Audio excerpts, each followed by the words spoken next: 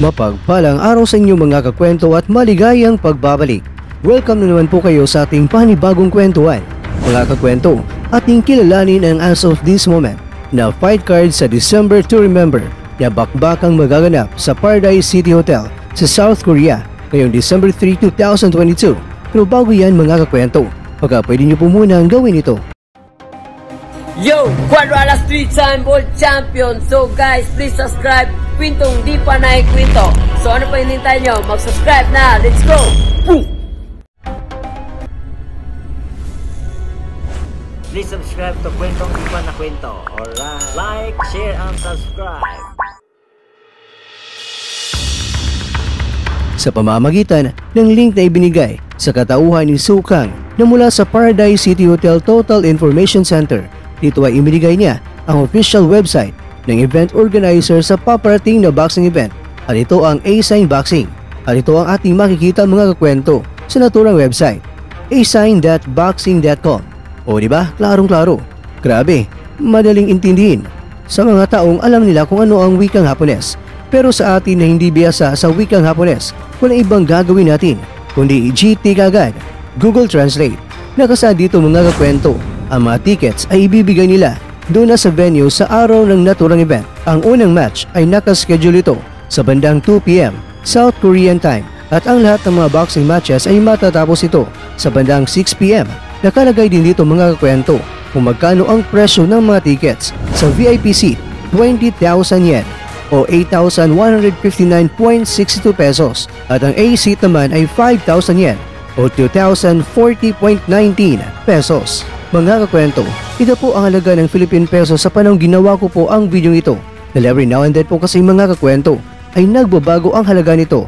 At dito na ating makita na may 5 matches at may nakandang idagdag nila na 2 pang mga matches. In any order po ito mga kakwento dahil ibibigay ko lang sa inyo kung sino-sino nga ba ang maglalaban.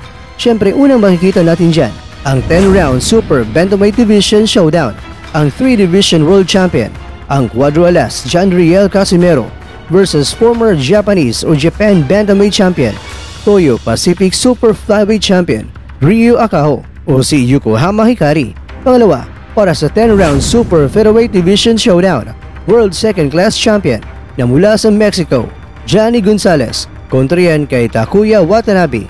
Si Johnny Gonzalez po mga kakwento ay siya lang naman po ang pinalhod noon ng nag-iisang The Fearless, Jerry Peñalosa. Pangatlo, para sa 10-round Super Welterweight Division Clash, former Japan Super Welterweight Champion, former WBO Asia Pacific Class Champion, Hironobu Matsunoga o si Yokohama Hikari. Kontra yan sa undecided pa kung sino nga ba ang boksingero, pero expected na yan mga kakwento na taga Korea. Pangapat, para sa 6-round Super Flyweight Division Clash, Rico Masuda kontra yan sa Koreanong si Jae Min Yu.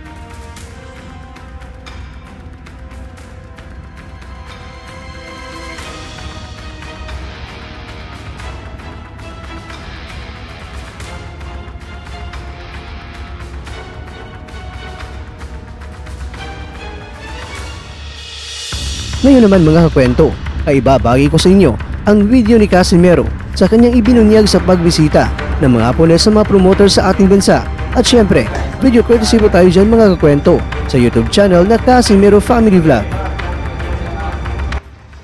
So, i-confirm yung flight natin papuntang Korea. So, thank you. Arigatou gozaimasu. So, alam niyo na. Lupa na kami papuntang Korea. Next. December December to Remember. Dalawang promotion na yun isang manager, dalawang promotion. TV, ano yung isa? Ay, E-Sign. Ha? Itong E-Sign. E-Sign. E-Sign at saka TV TV promotion. Yes!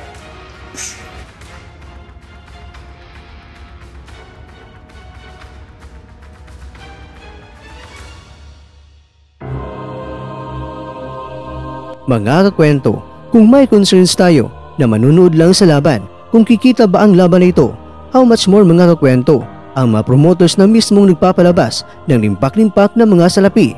Kaya sa promotional ads pa lang mga kakwento, tulad na lang ng mga fight posters, ibabandera talaga nila ang mga mukha na sa tingin nila ay hihila ng maraming mga tao para manood sa laban, para gawing main event. Pero kung dalawang mga matches ang parehong maganda at mga sikat din, why not gawin nilang co-main event?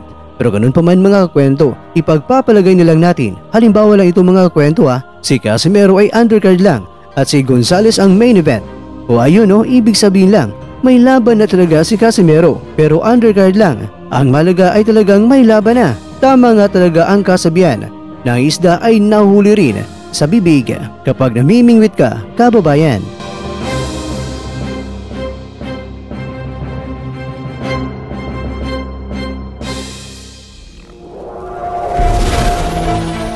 At dyan, nagtatapos ang ating kwento.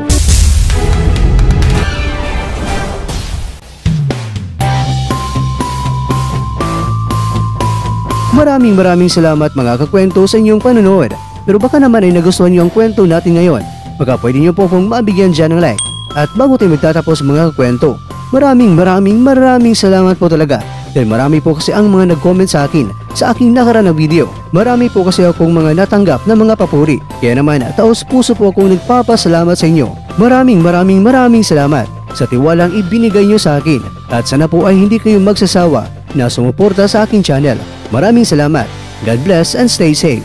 Lalong-lalo na kay kakwentong New Think, kay kakwentong Augusto Sanchez, kay kakwentong Jason Mundin, kay kakwentong Alex Agner, kay kakwentong Alan Dumadapat, kay kakwentong Small Family, kay kakwentong Danny D TV, kay kakwentong Marvin Coriba TV, kay kakwentong Vince Villar. At ikaw kakwentong nanonood ngayon, shoutout sa iyo dyan. Bueno, hanggang dito lang po muna ang ating kwentuhan. Abangan nyo lang po ang ating susunod na video. At dito lang po yan sa isang channel na kung saan maaaring ito'y mga kwentong di pa na kwento sa inyo.